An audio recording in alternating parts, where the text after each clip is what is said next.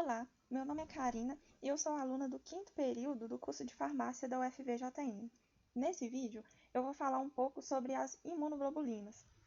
Conhecidas também como anticorpos, essas moléculas são glicoproteínas sintetizadas pelos linfócitos B com a função de identificar e neutralizar agentes invasores, ou seja, antígenos. Como os anticorpos são produzidos? Bom, as células B, ou linfócitos B, assim como as outras células, possuem DNA em seu núcleo, onde ficam todos os nossos genes, incluindo aqueles genes que são responsáveis por produzir anticorpos. Nós temos 5 classes de anticorpos, que são IgD, IgG, IgE, IgA e IgM. Elas possuem funções e especificidades distintas. A IgG, IgD e IgE possuem forma monomérica, a IgA possui forma dímera e a IgM possui forma pentamérica. Então vamos lá. Eu tenho uma célula B que está em repouso e nesse estado ela produz anticorpos de membrana, que são chamados BCR, receptores de células B. Quando esses receptores são virgens, ou seja, quando eles nunca entraram em contato com nenhum antígeno, são produzidos em uma quantidade muito pequena. Existem apenas dois tipos de receptores de membrana, que são IgD e IgM. Quando essa célula B encontra o antígeno, ela se ativa. O antígeno se liga no receptor de membrana e, nesse momento, a célula se diferencia e passa a ser chamada de plasmócito. Essa célula, então, passa a produzir anticorpos em uma quantidade muito maior e esses anticorpos não serão mais de membrana. Eles estarão sendo produzidos na forma secretada. Então, recapitulando, a célula B é inativa e produz pouca quantidade de anticorpos, que são receptores de membrana, IgD e IgM. O plasmócito é a célula B ativa que produz e secreta alta quantidade de anticorpos. Cronologia de produção de cada classe de anticorpos. Bom, para a gente entender como funciona a produção cronológica das classes de anticorpos, precisamos compreender a sua estrutura. As imunoglobulinas são formadas por duas cadeias leves, representadas em rosa, e duas cadeias pesadas, que estão sendo representadas em roxo. A porção variável da imunoglobulina é que dá a ela a sua especificidade. Ela é chamada de porção variável justamente porque varia de acordo com o antígeno que está sendo combatido. E a parte restante é a porção constante. Essa porção constante só se modifica na diferenciação das imunoglobulinas. Na porção variável, temos a variável leve, VL, e a variável pesada, VH. Na porção constante, temos a constante leve, CL, e a constante pesada, CH. As porções constantes têm uma diferenciação em relação às imunoglobulinas. A constante leve, ela só pode ser de duas formas, lambda ou kappa. A constante pesada tem 3 partes, CH1, CH2 e CH3, e existem 5 classes nas quais cada uma das classes vai dar origem a um tipo de imunoglobulina. Se for gama, vai dar origem a IgG, se for alfa, vai dar origem a IgA, se for mu, vai dar origem a IgM, se for delta, vai dar origem a IgD, e se for epsilon, vai dar origem a IgE. E como isso nos auxilia no diagnóstico de infecções? Cada imunoglobulina, o anticorpo, será produzida de acordo com a sua função. Sendo assim, essa molécula será específica para o antígeno que invadiu o organismo. Então, a quantidade e o tipo de imunoglobulina presente é que vai determinar se o paciente está ou não infectado e em qual fase da doença ele se encontra. Cada tipo de patógenos vai estar relacionado a um tipo de imunoglobulina diferente, na qual ele vai se ligar, e por isso é importante saber a função de cada uma. A IgA auxilia na imunidade das mucosas e ela impede a penetração de agentes patogênicos na mucosa do trato respiratório e do trato gastrointestinal. Ela é uma das principais defesas do recém-nascido, sendo assim, é mais abundante nas secreções, como suor, muco, saliva, suco gástrico e no leite materno. A IgM é um receptor de célula B E na resposta imune humoral, a IgM é a primeira imunoglobulina a ser produzida. Ela tem um alto peso molecular e apresenta 10 sítios de ligação com antígenos. Por isso, ela é considerada muito eficiente na neutralização de agentes patogênicos.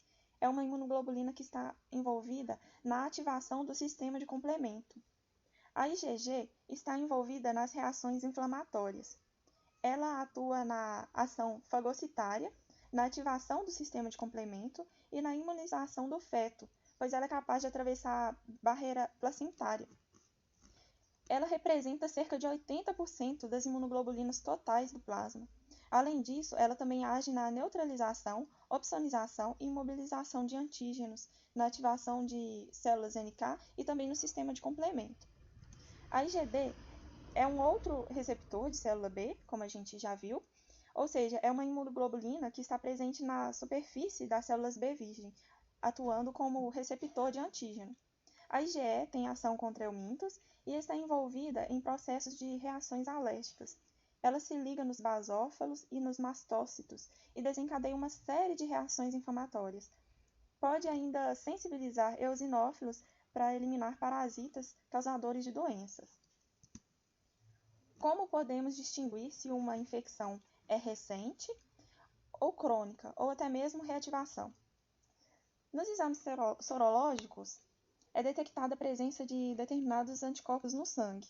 E os mais comuns são os exames sorológicos para detectar IgM e IgG. Esse gráfico nos mostra a possibilidade de encontrar determinado antígeno perante uma infecção hipotética. Nos primeiros dias após a infecção, ou seja, após o indivíduo ser exposto àquele patógeno, é um período de incubação. Nesse momento, há uma grande probabilidade do paciente realizar um exame ou um teste e o mesmo apresentar um resultado negativo. Isso porque o organismo ainda não teve tempo suficiente para produzir anticorpos para serem detectados no teste. Após algum tempo, como o exemplo do gráfico nos mostra, até o 7º dia após o aparecimento de sintomas, é possível ser detectado no exame apenas um anticorpo do tipo IgM. Isso porque esse anticorpo é o primeiro a ser produzido pela resposta imune humoral. Então, se o exame indicar IgM positivo, entende-se que a pessoa já foi exposta ao patógeno e está na fase inicial da doença, ou seja, na fase aguda. Do 7º ao 35º dia, é possível detectar no exame os dois tipos de anticorpos, IgG e IgM. Isso indica que o paciente testou positivo para a doença e não dá para distinguir se está na fase inicial, por exemplo, no 8º ou no 9º dia, ou se já está próximo ao estágio final, por exemplo, no 34º ou no 35º dia.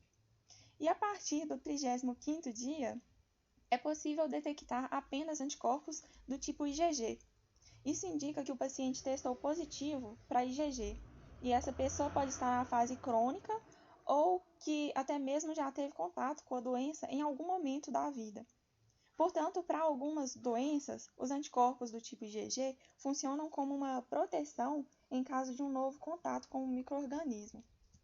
Como exemplo, podemos citar dois testes para detectar a infecção pelo Covid-19. Eles funcionam através da detecção de anticorpos no sangue do paciente. O primeiro exemplo é o teste sorológico. Ele é indicado para ser realizado entre o 7º e o 10º dia após o aparecimento dos sintomas.